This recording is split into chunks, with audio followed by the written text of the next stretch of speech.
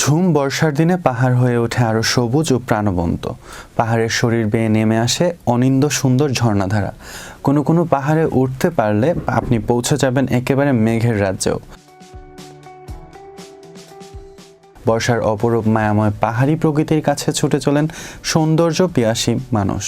তবে পাহাড়ি এলাকায় ভ্রমণের পরিকল্পনা করলে কিছু বিষয় আপনাকে জানতেই হবে। পাহাড়ের পথে পথে অ্যাডভেঞ্চার। বর্ষায় পাহাড় মানেই রোমাঞ্চের রাজ্য। তারুণ্যের উদ্দীপনায় পাহাড় চূড়া কিংবা ঝিরিপথ জয়ের আনন্দটা অসাধারণ।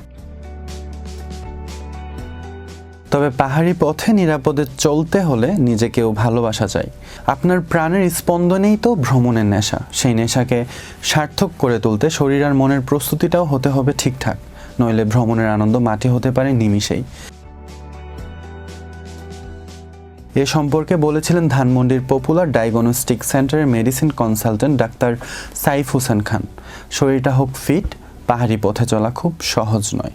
তাই পাহাড়ে অ্যাডভেঞ্চারের পরিকল্পনা করলে অন্তত 2 থেকে 3 সপ্তাহ আগে থেকে অনেকটা পথ হাঁটার অভ্যাস করা উচিত।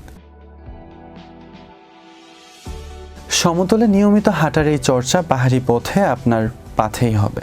দুর্গম এলাকায় যাওয়ার পরিকল্পনা করলে অভিজ্ঞ ব্যক্তিদের কাছে জেনে নিন সেখানে যাওয়ার ঝুঁকি আদতে কতটা। মনে রাখবেন, সবার দেহ সব রকমের চ্যালেঞ্জ সইতে সক্ষম নাও হতে পারে। এ নিয়ে লজ্জার কিছু নেই।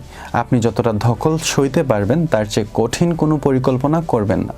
সহজ ট্যুরে অভ্যস্ত হয়ে উঠলে পরবর্তী সময়ে তুমুল অ্যাডভেঞ্চারের সুযোগ পাবেন। সুস্থতা ও নিরাপত্তার অনুষঙ্গ পিচ্ছিল পাহাড়ি পথে চলার উপযোগী জুতা চাই অবশ্যই। এই ব্যাপারে কোনো আপোষ করবেন না। অতিরিক্ত আঁটসাঁট বা অতিরিক্ত ঢিলেঢালা পোশাক কোনোটাই অ্যাডভেঞ্চারের উপযোগী নয়। যেখানে যাচ্ছেন সেখানে লাইফ জ্যাকেট প্রয়োজন হলে অবশ্যই সঙ্গে নেবেন। রাতে যেখানে থাকবেন সেখানে মশারির ব্যবস্থা আছে কিনা নিশ্চিত হয়ে নিন। প্রয়োজন মাফিক মসকিউটো রিপেলেন্ট ব্যবহার করুন। বর্ষায় পাহাড়ের জোঁকের উপদ্রব বেশি।